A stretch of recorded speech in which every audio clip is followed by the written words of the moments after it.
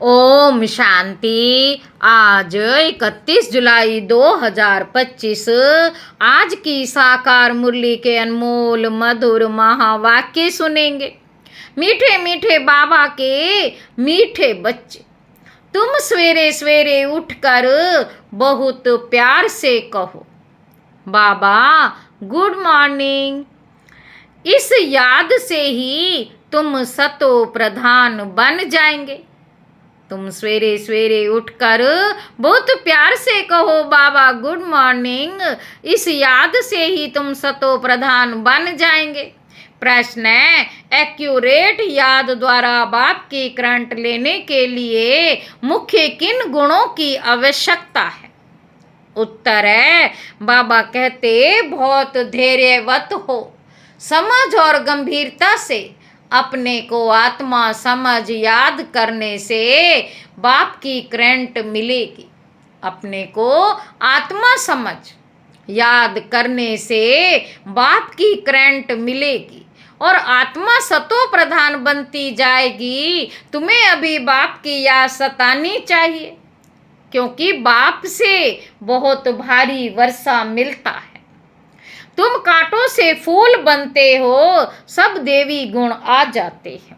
ओम शांति।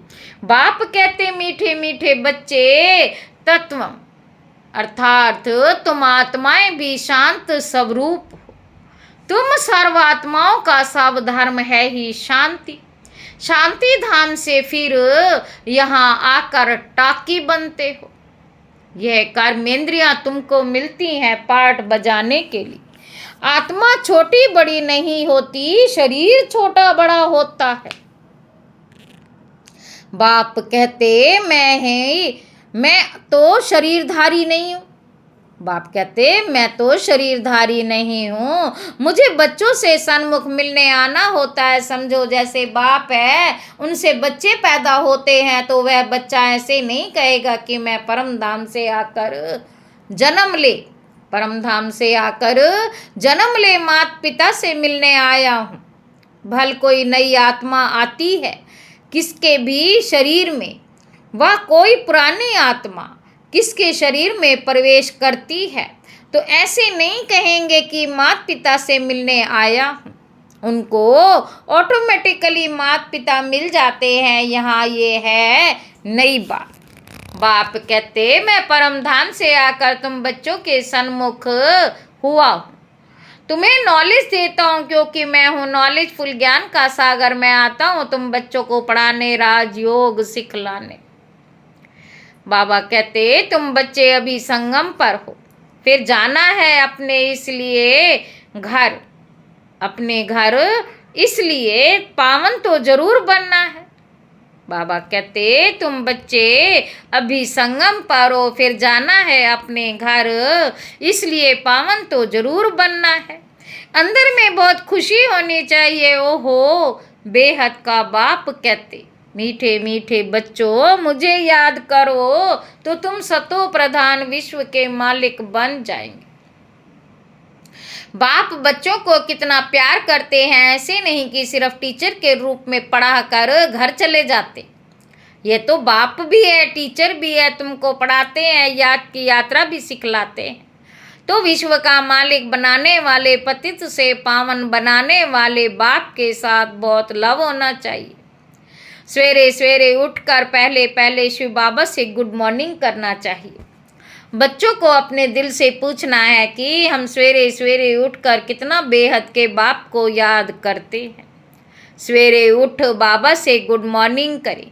ज्ञान के चिंतन में रहे तो खुशी का पारा चढ़े। मुख्य है ही याद, इससे भविष्य के लिए बहुत भारी कमाई होती है। कल्प कल्पांतर यह कमाई काम आएगी।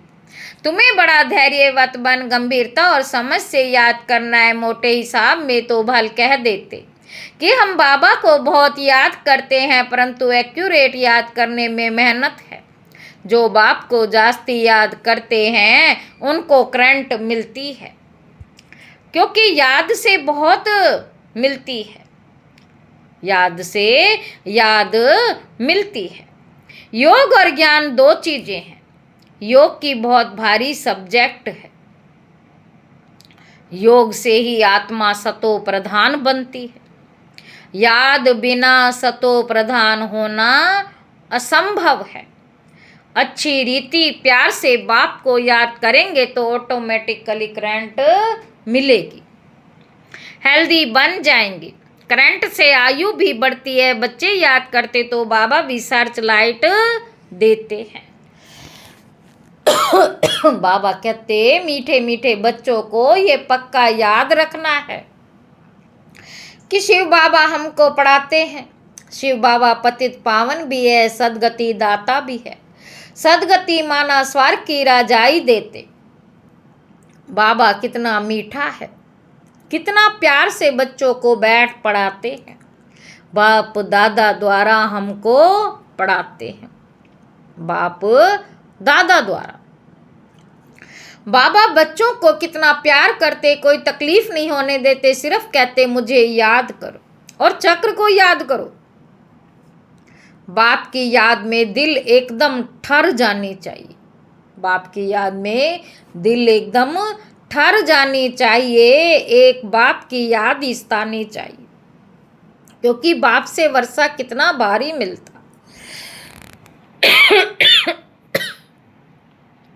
अपने को देखना चाहिए, हमारा बाप के साथ कितना लव है, कहाँ तक हमारे में देवी गुण है। क्योंकि तुम बच्चे अब कांटों से फूल बन रहे हो। जितना जितना योग में रहेंगे उतना कांटों से फूल सतो प्रधान बनते जाएंगे। जो बहुत कांटों को फूल बनाते हैं उन्हें ही सच्चा खुशबूदार फूल कहेंगे। वह कभी किसी को कांटा नहीं लगाएंगे। क्रोध भी बड़ा कांटा है, बहुतों को दुख देते हैं। अभी तुम बच्चे कांटों की दुनिया से किनारे पर आ गए हो। तुम हो संगम पर, जैसे माली फूलों को अलग पाट बर्तन में निकाल रखते हैं, वैसे ही तुम फूलों को भी अब संगम युगी पाट में अलग रखा हुआ है। फिर तुम फूल स्वर्ग में चले जाएंगे, कलयुगी कांटे भस्म हो जाएंगे। बाप कहते हैं मीठे मीठे बच्चे, जितना तुम बहुतों का कल्याण करेंगे उतना तुमको ही अजूरा मिलेगा। बहुतों को रास्ता बताएंगे तो बहुतों की आशीर्वाद मिलेगी। ज्ञान रत्नों से झोली भरकर फिर दान करना है। ज्ञान सागर तुमको रत्नों की थालियां भर भर कर देते हैं। जो उसका दान करते वही सबको प्यारे लगते। बच्चों के अंदर में कितनी खुशी होनी चाहिए। सेंसिबल बच्चे जो होंगे वह तो कहेंगे हम बाबा से पूरा ही वर्षा लेंगे, एकदम चटक पड़ेंगे, बाप से बहुत लव रहेगा। सेंसिबल बच्चे होंगे वह तो कहेंगे हम बाबा से पूरा वर्षा ही लेंगे, एकदम चटक पड़ेंगे, बाप से बहुत लव रहेगा, क्योंकि जानते हैं प्राण देने वाला बाप मिला है। नॉलेज का वरदान ऐसा देते जिससे हम क्या से क्या बन जाते हैं। इंसॉल्वेंट से सॉल्वेंट बन जाते। इतना भंडारा भरपूर कर देते। जितना बाप को याद करेंगे उतना लव रहेगा, कशिश होगी। सुई साफ होती है तो चुंबक तरफ खींच जाती है ना। बाप की याद से कट निकलती जाएगी। एक बाप के सिवाय और कोई याद ना आए। बाप समझाते हैं मीठे मीठे बच्चे, गफलत मत करो, सब दर्शन चक्रधारी बनो, लाइट हाउस बनो। सब दर्शन चक्रधारी बनने की प्रैक्टिस अच्छी हो जाएगी तो फिर तुम जैसे ज्ञान का सागर हो जाएंगे। जैसे स्टूडेंट पढ़कर टीचर बन जाते हैं ना, तुम्हारा धंधा ही यह है। सबको सब दर्शन चक्रधारी बनाओ, तब ही चक्रवर्ती राजा रानी बनेंगे। बाप कहते हैं बच्चे तुम्हारे बिगर हमको भी जैसे बेआरामी होती है, जब समय होता है तो बेआरामी हो जाती है।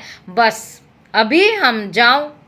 बच्चे बहुत पुकारते, बहुत दुखी हैं, तरस पड़ता है, इसलिए मैं आता हूँ तुम बच्चों को सब दुखों से छुड़ाने। अभी तुम बच्चों को घर चलना है, अभी तुम बच्चों को घर चलना है, फिर वहाँ से तुम आप ही सुखधाम चले जाएंगे। वहाँ मैं तुम्हारा साथी नहीं बनूंगा, अपनी अवस्था अनुसार तुम्हारी आत्मा चली जाएगी। अच्छा, मीठे मीठे सिक्की लदे बच्चों प्रति माता पिता बाप दादा का याद प्यार और गुड मॉर्निंग।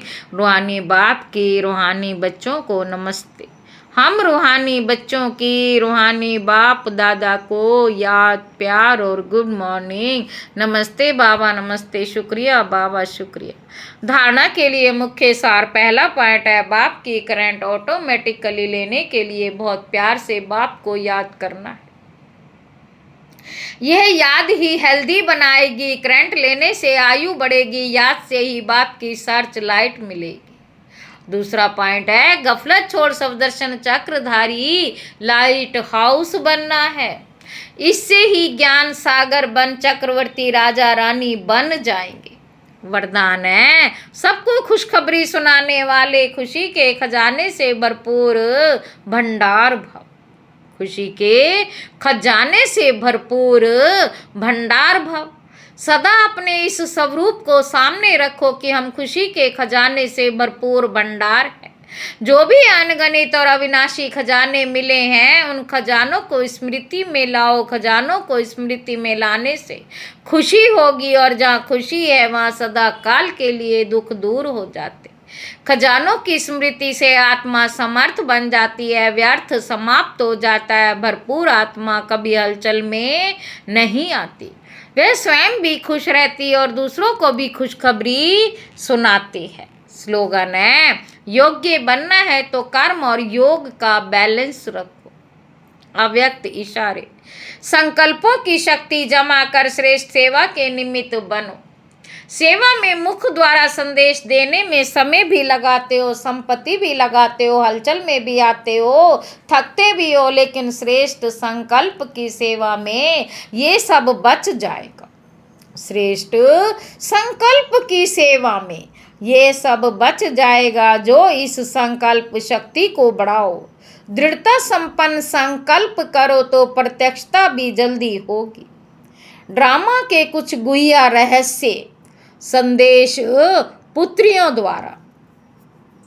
पहला पॉइंट है इस विराट फिल्म ड्रामा हर एक मनुष्य आत्मा में अपनी अपनी पोजीशन अनुसार सारे जीवन का ज्ञान अथवा एक्ट पहले ही मर्ज रूप में रहती है।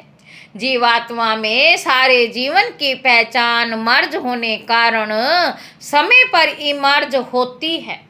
हर एक में अपनी अपनी संपूर्णता की अवस्था अनुसार जानकारी अथवा एक्ट जो मर्ज है वही समय पर इमर्ज होती है, जिससे तुम हर एक जानी जाननहार बन जाते हो।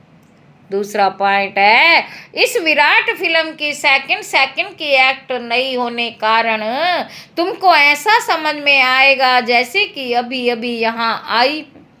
हर सेकंड की एक्ट अलग होती है करके कल्प आगे वाली घड़ी रिपीट होती है, परंतु जिस समय प्रैक्टिकल लाइफ में चलते हो उस समय नई महसूस होती है। इसी समझ से आगे बढ़ते चलो। ऐसे कोई कह नहीं सकता कि मैंने तो ज्ञान प्राप्त कर लिया, अब मैं जाती हूँ। नहीं, जब तक विनाश हो तब तक सारी एक्ट सारा ज्ञान नया है। जब तक विनाश हो तब तक सारी एक्ट और सारा ज्ञान नया है। तीसरा पॉइंट है इस विराट ड्रामा की जो भावी बनी हुई है वह निश्चय से बनी हुई है। भावी को कोई टालता है या बनाता है वो सब अपने ऊपर है। खुद का शत्रु और खुद का मित्र मैं ही हूँ। खुद का शत्रु और खुद का मित्र मैं ही हूँ। अभी तुम्हें बहुत रमणीक स्वीट बनना और बनाना है। चौथा पॉइंट है इस विराट फिल्म में ये सहन करना भी तुम्हारे लिए कल्प पहले वाला एक मीठा सपना, क्योंकि तुम्हें फिर भी कुछ होता ही नहीं। जिन्होंने भी तुम्हें तंग किया वो भी कहेंगे कि मैंने इनको इतना तंग किया, इतना दुखी किया, ये तो फिर भी डिवाइन यूनिटी, सुप्रीम यूनिटी, विजयी पांडव बनकर रहते हैं। इस बनी हुई भावी को कोई टाल नहीं सकता। पांचवा पॉइंट है इस विराट फिल्म में देखो कैसा वंडर है जो तुम प्रत्यक्ष पांडव भी आए पधारे हो और तुम्हारे पुराने चित्र और निशानियां भी अब तक कायम हैं।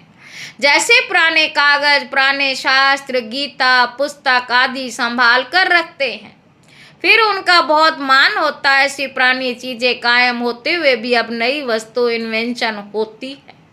पुरानी गीता प्रैक्टिकल में होते नई गीता इवेंट हुई है। पुराने की अंत तब होती जब नए की स्थापना हो। अभी तुम प्रैक्टिकल में ज्ञान को जीवन में प्रत्यक्ष धारण करने से दुर्गा काली आदि बनी। फिर पुराने स्थूल जड़ों चित्रों का विनाश होता है, नए चैतन्य स्वरूप की स्थापना होती है। छठा पॉइंट है इस विराट फिल्म प्लान अनुसार संगम के स्वीट समय आप अनन्य देवी बच्चे ही विकारों पर विजय प्राप्त कर वैकुंठ की स्वीट लॉटरी पाते हो। वैकुंठ की स्वीट लॉटरी पाते हो। आपका ये ललाट कितना लकी है। इस समय तुम नर और नारी अविनाशी ज्ञान से पूज्य योग्य देवता पद प्राप्त करते हो। यही है इस संगम के सुहावने वंडरफुल समय की वंडरफुल रीत। सातवां पॉइंट है ईश्वर साक्षी हो देख रहा है कि मैंने जिन एक्टर्स को अनेक गहनों भूषणों से श्रृंगार किया, इस सृष्टि रूपी स्टेज पर डांस करने अर्थ भेजा, वो कैसे एक्ट कर रहे हैं। मैंने अपने देवी बच्चों को गोल्डन मनी सिल्वर मनी देकर कहा था कि ये भूषण ये गहने पहनकर खुश मिजाज होकर साक्षी बन एक्ट भी करना है और साक्षी हो इस खेल को भी देखना है, फंसना नहीं। लेकिन आधा कल्प राज्य भाग्य भोग कर फिर आधा काल अपनी ही रची हुई माया में फंस गए। अब फिर से मैं कहता हूँ इस माया को छोड़ दो। इस ज्ञान मार्ग में विकारी कार्य से पलट निर्विकारी बनने से आदि मध्य अंत दुख से छूट जन्म जन्मांतर के लिए सुख प्राप्त कर लेंगे। आठवां पॉइंट है अपने से कोई भी उच्च अवस्था वाले द्वारा यदि कोई सावधानी मिलती है तो उनको राजयुक्त उठाने में ही कल्याण है। उनके भीतर के राज को जानना चाहिए किसमें अवश्य कोई कल्याण समाया हुआ है। ये जो पॉइंट मुझे इनके द्वारा मिली वे बिल्कुल यथार्थ है, उसे बहुत खुशी से स्वीकार करना चाहिए। क्योंकि अगर मेरे द्वारा कोई भूल हो गई तो वह पॉइंट याद आने से स्वयं को करेक्ट कर लेंगे। इसलिए कोई भी सावधानियों बहुत विशाल बुद्धि से धारण करने से तुम उन्नति को प्राप्त कर सकेंगे। नौवां पॉइंट है अभी तुम्हें नित्य अंतर्मुख होकर योग में रहना है, क्योंकि अंतर्मुख होने से स्वयं को देख सकेंगे। सिर्फ देखेंगे नहीं, परिवर्तन भी कर सकेंगे। यही है सर्वोत्तम अवस्था। जब पता है हर एक अपनी स्टेज प्रमाण पुरुषार्थी है तो कोई भी पुरुषार्थी के लिए आर्ग्यू नहीं चल सकती, क्योंकि वो अपनी स्टेज अनुसार पुरुषार्थी है। उनकी स्टेज को देख उनसे गुण उठाओ। अगर गुण नहीं उठा सकते तो उसे छोड़ दो। 10वां पॉइंट है तुम सदा अपने सर्वोत्तम लक्ष्य को सामने रख। सर्वोत्तम लक्ष्य को सामने देख, अपने को ही देखो। तुम हर एक व्यक्तिगत पुरुषार्थी हो, तुम अपनी तरफ नजर रख दो, आगे दौड़ते रहो। कोई भल क्या भी करता रहे परंतु मैं अपने स्वरूप में स्थित रहूं, अन्य किसी को ना देखूं। अपनी बुद्धि योग बल से मैं उसी की अवस्था को जान लूं। अंतर्मुक्ता की अवस्था से ही तुम अनेक परीक्षाओं से पास हो सकते हो। अच्छा, ओम शांति।